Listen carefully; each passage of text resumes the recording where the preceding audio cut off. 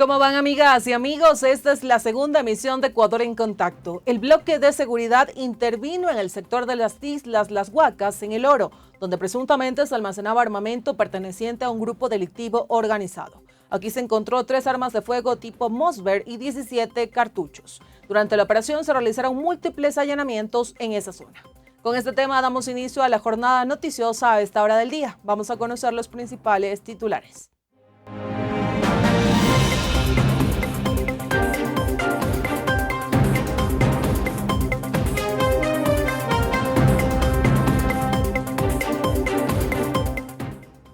Confenía no apoyará a Leonidas Issa en reelección como presidente de la CONAIE. UAFE analizará el patrimonio de jueces y fiscales que no envíen a prisión a criminales. Sobre caso ligados, Andrés Arauz asegura que es persecución política. Quédense junto a nosotros para conocer estas y otras noticias que les hemos preparado.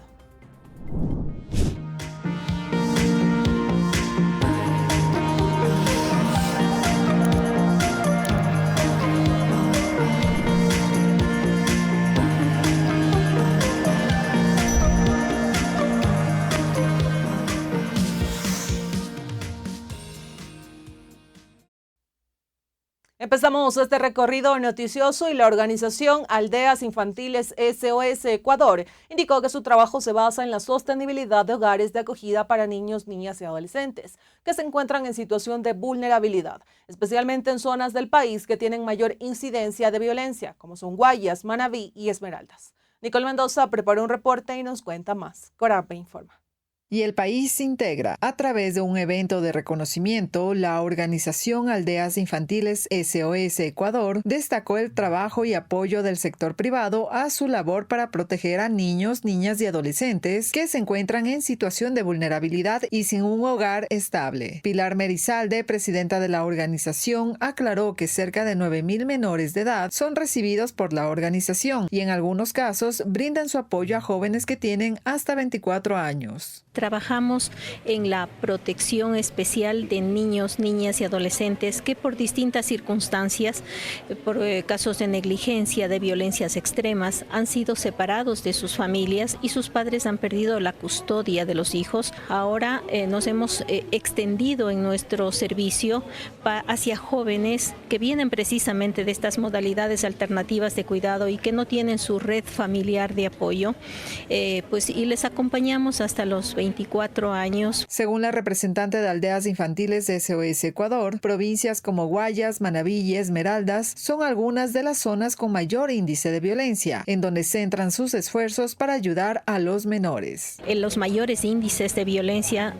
muy lamentablemente, en la provincia de Guayas, provincia de Manabí, provincia de Esmeraldas, que es donde tenemos intervenciones directas como Aldeas Infantiles en los sectores más vulnerables, más inseguros. Es allí donde nos enfocamos en nuestra misión de acompañar a las familias y de formar comunidades protectoras. Eva Peñafiel, subdirectora de la organización, destacó que el Estado representa un 52% del apoyo que reciben para el cuidado alternativo de los niños. Nosotros trabajamos más o menos con un 52% de la atención. El trabajo con el Estado es específicamente para el cuidado alternativo, pero para el trabajo en comunidad, para el trabajo en autonomía juvenil, es el recurso y los restantes 50% es de la empresa privada. Asimismo, la representante de una de las empresas que fue reconocida por Aldeas Infantiles SOS resaltó el papel fundamental que desempeña el sector privado en estos casos. El rol privado es fundamental en estas causas sociales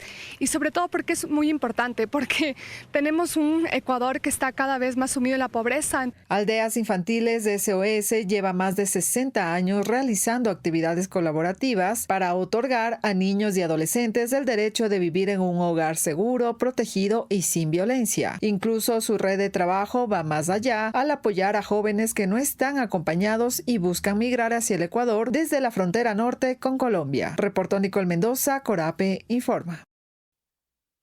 Y el Ecuador se integra y en otras noticias, la Unidad de Análisis Financiero y Económico UAFE analizará el origen patrimonial y la licitud de origen de fondos de todos los jueces y fiscales y sus entornos que otorguen medidas procesales sustitutivas o la libertad de secuestradores, extorsionadores, narcotraficantes y otros criminales. Esto surge como pedido del ministro del Interior John Reinberg a José Julio Neira, director de la UAFE. Veamos qué dijeron ambas autoridades respecto a este tema.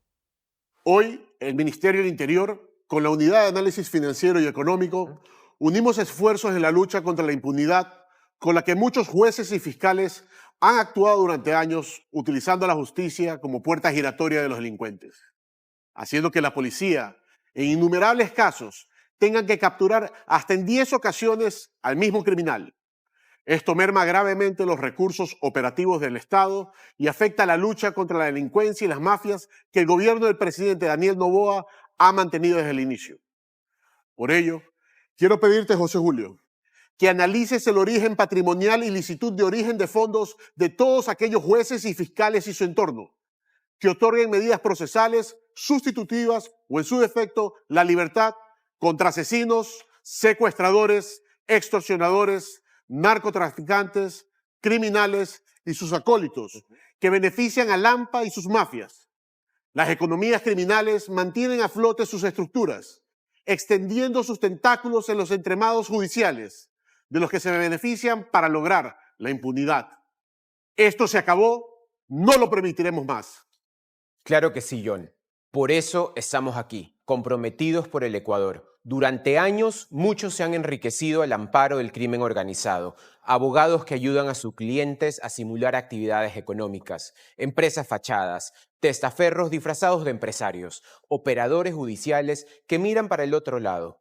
Esas redes se acabaron. No vamos a permitir que se siga utilizando el sistema financiero y en las instituciones del Estado para encubrir la violencia y el terror que viven los ecuatorianos. Este esfuerzo conjunto entre la UAFE y el Ministerio del Interior no es simbólico, es estructural, porque mientras la policía captura a los delincuentes, la UAFE realiza un seguimiento integral de las operaciones financieras, identifican a sus actores clave y contribuye con información estratégica para desarticular prácticas ilícitas que se vienen tejiendo desde años atrás.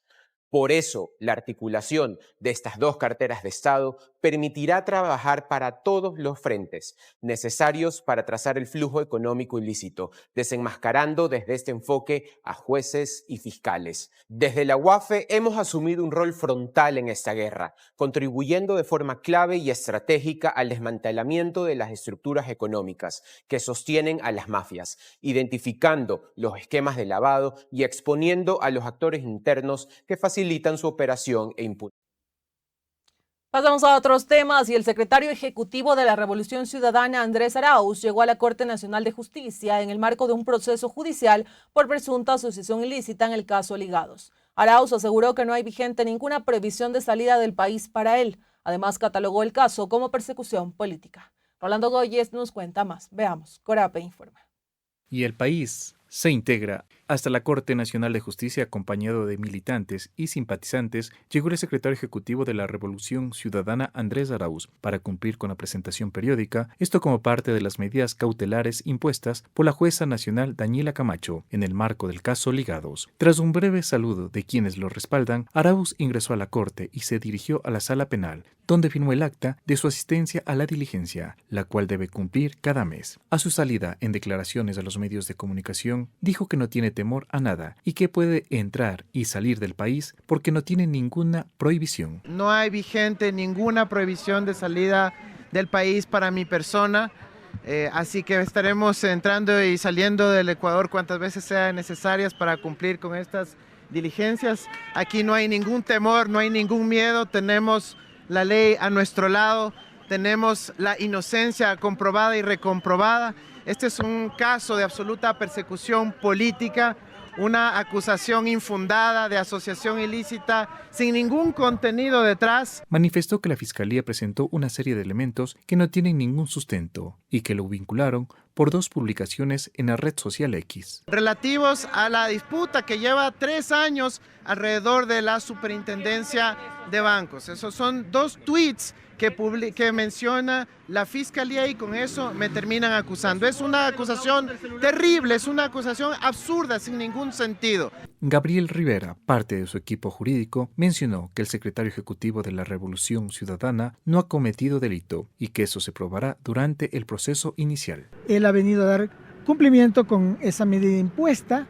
No estamos de acuerdo con la medida, pero es una decisión propia del doctor Arauz y además que la comparte esta defensa jurídica en calidad de abogado de él. El 4 de junio de 2025, la jueza nacional Daniela Camacho vinculó al proceso al ex candidato presidencial y actual secretario ejecutivo de la Revolución Ciudadana, a Esther Cuesta, ex asambleísta del movimiento, y a Raúl González, ex postulante a la superintendencia de bancos. A ellos se suman los ex vocales del Consejo de Participación Ciudadana y Control Social, Augusto Verduga, Eduardo Franco Lor y Yadira Saltos, quienes son parte procesales, así como a la consejera Nicole Bonifaz. Según la Fiscalía General, los hoy procesados habrían incurrido en el delito de asociación ilícita en el marco de varios hechos, incluida la designación irregular de Raúl González, incumpliendo supuestamente un dictamen de la Corte Constitucional de diciembre de 2024.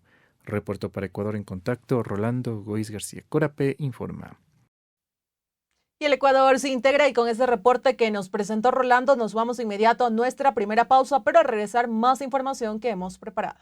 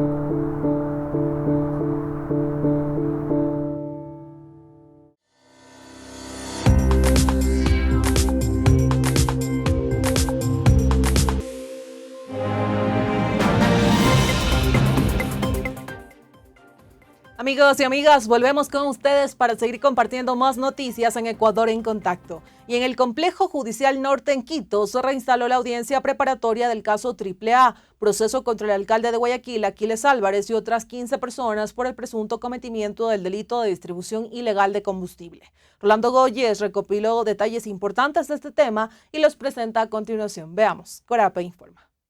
Y el país se integra. En el Complejo Judicial Norte de la capital, este 13 de junio, se instaló la audiencia preparatoria de juicio en contra del alcalde de Guayaquil, Aquiles Álvarez, dentro del caso AAA. El burgomaestre de Guayaquil llegó en un vehículo particular cerca del mediodía a la audiencia sin seguridad especial. Saludó a los medios de comunicación y, previo al ingreso a la diligencia, mencionó que la Fiscalía, con lo presentado, está destruyendo su propia hipótesis de los hechos. Con tranquilidad, confiado, porque la misma Fiscalía, con las pruebas que ellos han buscado, con las pericias que han pedido, ellos mismos destruyen las evidencias. Pero aquí estamos, sigo creyendo en la institucionalidad, respetándola y por supuesto con esperanza de que exista todavía algo de justicia en el Ecuador. Agregó que este caso inició con la denuncia que pusieran funcionarios del gobierno, mas no el presidente Noboa. La denuncia la ponen funcionarios del gobierno. Yo no puedo decir que la pone el presidente porque el presidente no la ha puesto. Todos sabemos por dónde viene la cosa, pero en todo caso la denuncia se puso en julio del 2024, casi un año. Aquí estamos en la audiencia final. Ramiro García, abogado del alcalde Aquiles Álvarez, señaló que la Fiscalía ha demostrado un manejo desprolijo del proceso. Fiscalía demostró un manejo desprolijo del proceso.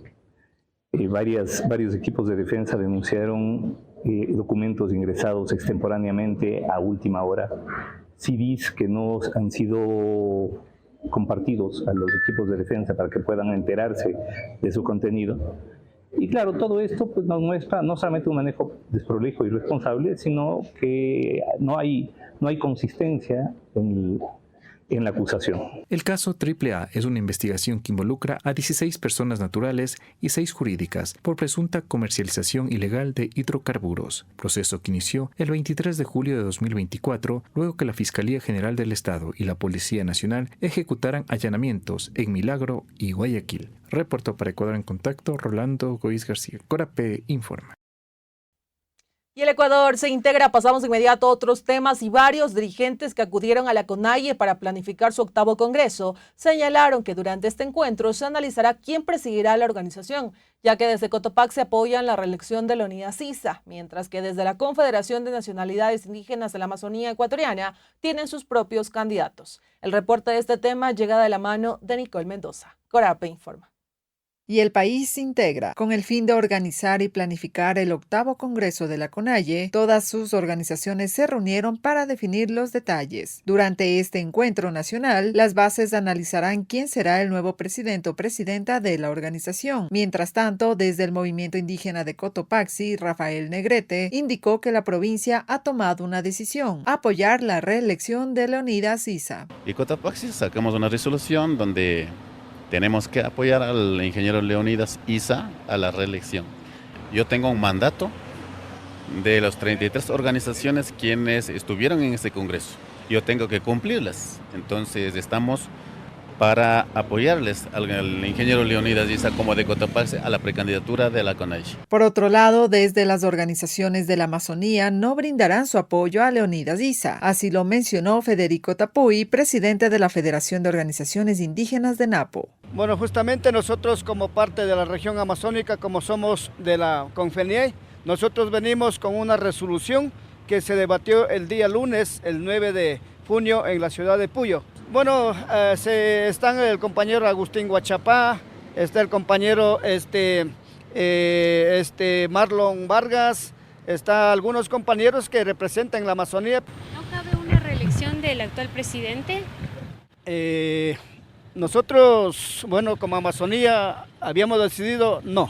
Aparte de la elección de la máxima autoridad de la CONAIE, también se analizará el actuar del movimiento Pachacutic, especialmente de su bancada legislativa, que aparentemente se ha alineado a los intereses del gobierno.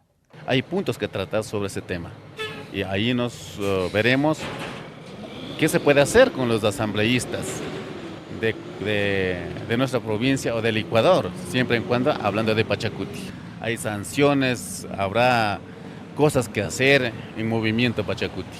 Pero hoy vamos a analizar todo eso, entonces daremos algún resultado al posterior.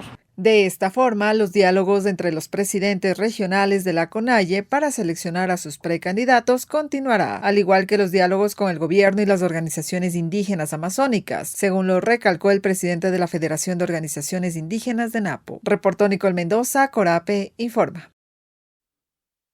Y el Ecuador se integra. Y en otros temas, contarles que el gobernador de Pastaza, Rolando Ramos, realizó un sobrevuelo por las comunidades de Huapuno y San Virgilio en el cantón Arajuno, tras reportes de fuertes estruendos escuchados en la zona.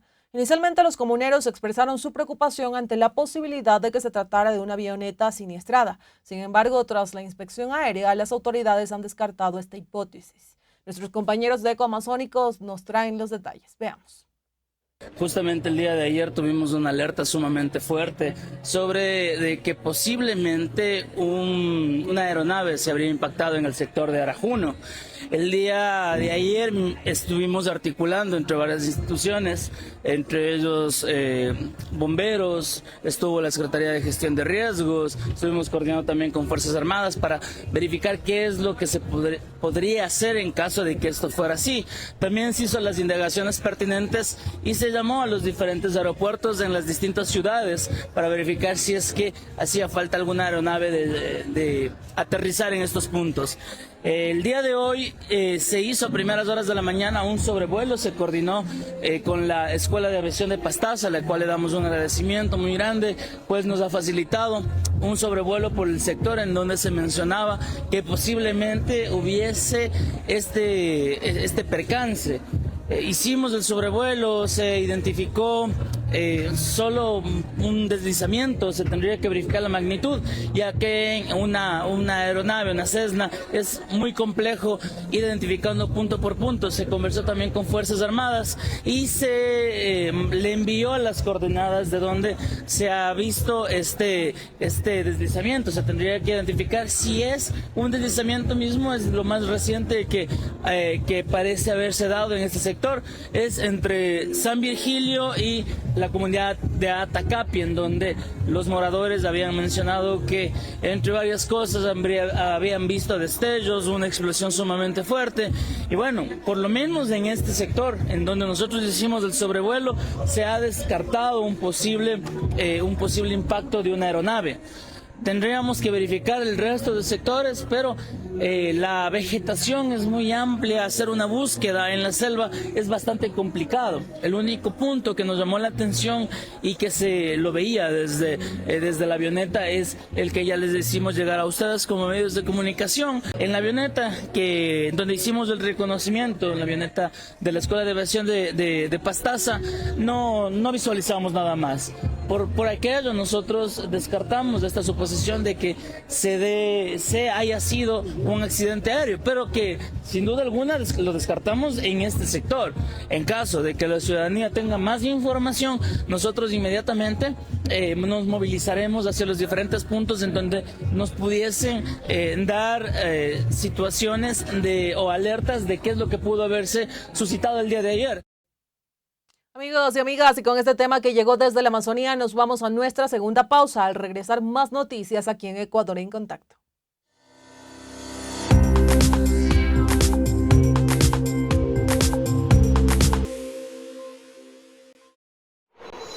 Ñukanchik shimipi rimashun. Kakihia. Kubitsa. Mumdosa. Conversemos en nuestro idioma. Korape, runa shimikunapa kawsaymanta. Amigas y amigos, gracias por estar pendientes de este segmento radial en donde aprendemos a saludar en diferentes idiomas de nuestras nacionalidades del Ecuador. Escuchemos cómo se dice en el idioma Guautededo, buenos días, compañero. Está sencillo, ¿verdad? Entonces, vamos a repetir juntos una vez más. Waponi baneke yeya kebi. Ahora escuche con atención y aprendamos a decir buenas tardes, compañero. Waponi gawareken yeya kebi. Y cuando en la noche nos encontramos con alguna persona, ¿cómo decimos buenas noches, compañero? Waponi woyowoten yeya kebi. Los saludos que aprendemos hoy puede volver a escuchar en nuestra página de internet www.corape.org.es. Recuerde, si quiere saludar, saluda en Guautededo, idioma de la nacionalidad guaurani. Corape, por la vida de las lenguas indígenas.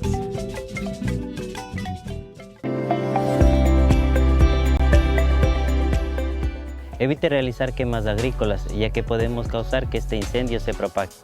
No bote colillas de tabacos en bosques y en lugares de vegetación seca. Si realiza una fogata, cerciorarse de que ésta quede apagada totalmente. Recuerde que para apagar una fogata vamos a necesitar de agua o de tierra. Si todos colaboramos, evitaremos que más incendios forestales destruyan nuestras áreas verdes. Si usted ve un incendio, repórtelo al 911.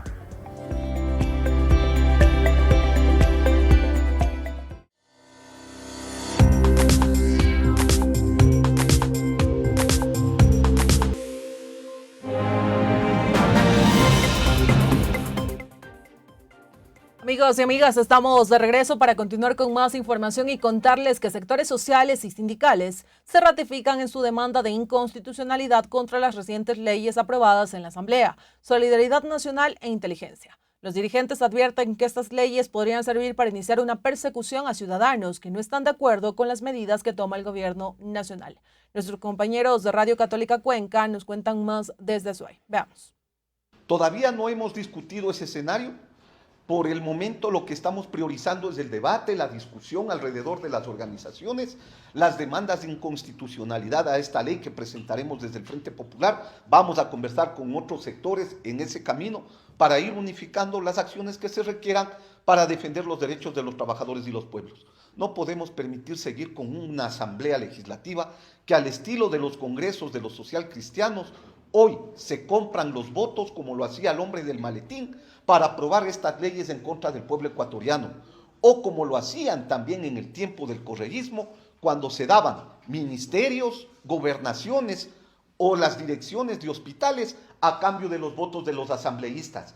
Es evidente que Noboa hoy gobierna con el maletín en la asamblea para aprobar sus leyes que perjudican los intereses del pueblo ecuatoriano. Bueno, hoy mismo hemos hecho ya algunas valoraciones entre los dirigentes, hemos conversado con nuestros compañeros asesores jurídicos del Frente Popular y la idea sería estar presentando a más tardar el próximo día martes en la ciudad de Quito ya la demanda de inconstitucional. Hay que entender evidentemente que este trabajo lo debemos hacer en equipo con nuestros asesores, pero de que va la demanda de inconstitucionalidad a estos articulados que afectan los derechos y que pretenden imponer un Estado policíaco en nuestro país, tiene que ser frenado con la demanda de inconstitucionalidad y con la lucha del pueblo ecuatoriano. Puntualmente las dos leyes, así como también estamos viendo qué otros aspectos podemos impulsar en el hecho, ¿no es cierto?, de detener también algunas cosas que van más allá de las dos leyes que se han aprobado por el momento, tanto la ley de solidaridad nacional como la ley de inteligencia que hoy se está lanzando ya por parte del presidente al registro oficial, ¿no? Amigos y amigas, y con este tema pasamos de inmediato a detalles internacionales y contarles que el número total de víctimas mortales a causa del accidente de Air India ascendió a 290 personas. Mientras avanzan las investigaciones del desastre del jueves, la policía afirma que los investigadores ya han recuperado 2 cajas negras de los restos del avión que contiene la información de lo ocurrido. Veamos los detalles en el reporte de la DW en español. El dolor es tangible afuera de la morgue de Ahmedabad. A medida que van pasando las horas, el número de personas que esperan para identificar a sus familiares fallecidos aumenta. Este hombre perdió a varios allegados en el accidente. Eran 4 personas en total: mi sobrino, su esposa y sus 2 hijos. Una niña de 4 años y uno de 8. Tomaron un vuelo desde Ahmedabad. Cuando nos enteramos del accidente, vinimos desde Bombay. Todos ellos se reúnen en estas instalaciones donde las familias deben acudir para dar muestras de ADN e identificar así a las víctimas. Como los familiares no viven necesariamente aquí, vamos tomando muestras a medida que van llegando. Hemos trabajado durante toda la noche y seguiremos hasta que tengamos todas las muestras. Cientos de personas murieron cuando el vuelo 171 de Air India perdió repentinamente el control luego de despegar. La aeronave explotó y cayó en una zona residencial convertida en una bola de fuego. Mi primo falleció, su madre intentó salvarlo, pero también murió. Aún no le hemos informado a su madre porque padece del corazón. Si se entera de repente podría ser un shock y empeorar las cosas. Los equipos de rescate y los investigadores trabajan aún en el lugar del siniestro que ha dejado un sobreviviente. Su nombre es Biswash Kumar Ramesh. Su asiento era el 11A y posiblemente fue la proximidad a la puerta de emergencia lo que le salvó. Ramesh recibió en el hospital la visita del primer ministro indio Narendra Modi, quien también visitó la zona del siniestro. Su supervivencia es un tenue destello de luz en medio de una tragedia que ha devastado a muchas familias.